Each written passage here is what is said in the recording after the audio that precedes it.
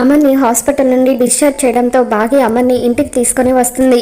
పిల్లలు మీ నాన్న వచ్చాడు అని చెప్పి సదాశివం నిర్మలమ్మ చెబుతూ ఉంటే అప్పుడు మనోహరి పిల్లల కంటే ముందుగానే పరిగెడుతూ అలా లాన్లోకి వస్తూ ఉంటుంది.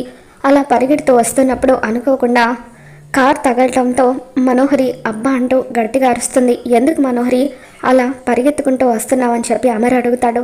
దాంతో మనోహరి ఏం లేదు అమర్, నువ్వు వచ్చావన్న సంతోషంలో నిన్ను పట్టుకుందామని చెప్పి నీకు హెల్ప్గా ఉందామని వచ్చాను అని చెప్పి మనోహరి అంటూ ఉంటుంది.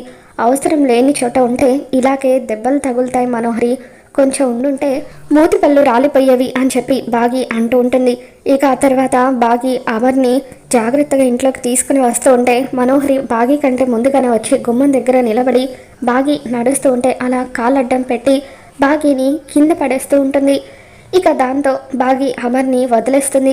దాంతో కింద పడబోతున్న అమర్ని మనోహరి పట్టుకుంటుంది. ఏంటిది బిసమ్మ, అమర్ అసలే హాస్పిటల్ నుండి డిశ్చార్జ్ అయి వస్తున్నాడు, జాగ్రత్తగా ఉండాలని కూడా తెలీదా?